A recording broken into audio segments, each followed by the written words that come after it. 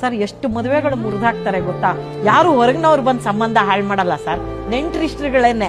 ಇವ್ರಿಗೆ ಏನಂದ್ರೆ ಅದು ಯಾವುದೋ ಒಂದು ಆ ಹುಡುಗಿಗೆ ನಮ್ಮ ಮಗಳಿಗಿಂತ ಒಂದು ಒಳ್ಳೆ ಜಾಗ ಸಿಕ್ಬಿಡುತ್ತೆ. ಆ ಹುಡುಗಿ ಯಾರೋ ಒಬ್ಬನೇ ಮಗ ಅಂತೆ, ತುಂಬಾ ಅನುಕೂಲಸ್ಥರಂತೆ. ಇವ್ರು ಅಲ್ಲೇ ಒಂದು ಫಿಟ್ಟಿಂಗ್ ಇಟ್ಟು ಹೆಂಗಾರು ಮಾಡಿ ತಪ್ಪಿಸ್ಬಿಡ್ಬೇಕು ಅಂತ ನೋಡೋದು, ಆ ಹೆಣ್ಮಗಳು ಕ್ಯಾರೆಕ್ಟರ್ ಬಗ್ಗೆನೆ ಮಾತಾಡ್ಬಿಡೋದು, ಇದೆಲ್ಲ ಮಾಡ್ತಾರೆ. ಇಲ್ಲ ಹುಡುಗಂಗೆ ಅವನಿಗೆಲ್ಲ ಚಟ ಇದೆ ಅನ್ನೋದು. ಇವತ್ತು ತುಂಬಾ ಜನ ನೋಡಿ ನಂಬಿ ಮೋಸ ಹೋದ್ವಿ ಅಂತಾರೆ. ಯಾಕಂದ್ರೆ ನಮ್ದೇ ಆದ್ರೆ ಮೋಸ ಮಾಡಕ್ ಆಗದೇ ಇಲ್ಲ ಅಂತ.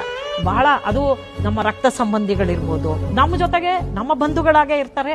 ನಮ್ಮ ಮಕ್ಕಳು ಏಳಿಗೆನ ಅವರು ಸಹಿಸ್ಕೊಳ್ಳಲ್ಲ, ಚೆನ್ನಾಗೇ ಮಾತಾಡ್ತಿತ್ತು, ಅಯ್ಯೋ ಏನ್ ಬುದ್ಧಿವಂತಲಪ್ಪ ನಿನ್ ಮಗಳು ಅಂತ. ಅಪ್ಪಿ ನಮ್ಮ ಮಗಳು ಏನಾದ್ರು ಅಫೇರ್ ಮಾಡಿದ್ಲು ಅಥವಾ ನನ್ನ ಮಗಳದ್ದು ಯಾವ್ದೋ ಲವ್ ಸ್ಟೋರಿ ಅವ್ರಿಗೆ ಗೊತ್ತಾಯ್ತು ಅನ್ನೋ ಏನ್ ಆನಂದ, ಅವ್ರಿಗೆ ಹಾಲು ಕುಡ್ದಷ್ಟು ಆನಂದ. ಅದಕ್ಕೆ ಉಪ್ಪು ಹುಳಿ ಖಾರ ಹಾಕಿ ಎಲ್ಲೆಲ್ಲ ಸ್ಪ್ರೆಡ್ ಮಾಡ್ಬೋದು ಅದೆಲ್ಲ ಮಾಡ್ತಾರೆ. ಇದೆಲ್ಲ ಫ್ರೀ ಚಾನಲ್ಗಳಿದ್ದಂಗೆ. ಈಗ ಪೇಯ್ಡ್ ಚಾನಲ್ ಒಂದಷ್ಟು ಇದೆಯಲ್ಲ, ಅದ್ರ ಜೊತೆಗೆ ಒಂದು ಎಕ್ಸ್ಟ್ರಾ ಫ್ರೀ ಚಾನಲ್ ಇದು. ಅಂದ್ರೆ ಇನ್ನೊಬ್ಬರ ನೋವನ್ನ ಸಂಕಟವನ್ನ ನಾವು ಅನುಭವಿಸ್ತೀವಲ್ಲ ಸ್ಯಾಡಿಸ್ಟಿಕ್ ಆಗಿ, ಈ ಮನೋಭಾವ ಏನಿದೆಯಲ್ಲ ಇದು ಬಹಳಷ್ಟು ಹಿತಶತ್ರುಗಳಲ್ಲಿ ನಾವು ನೋಡ್ತೀವಿ.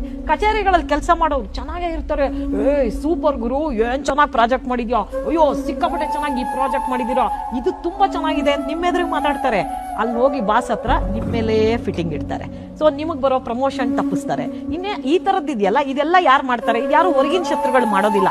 ನಮ್ ಜೊತೆಗೆ ಓಡಾಡ್ಕೊಂಡಿದ್ದು, ನಮ್ ಜೊತೆಗೆ ಬೈಟು ಕಾಫಿ ಕುಡಿದು, ನಮ್ಮನೇಲೇ ತಿಂಡಿ ತಿಂದು ಊಟ ಮಾಡಿ ನಮ್ಮ ತಲೆಗೆ ಮೆಣಸು ಸರಿತಾರೆ.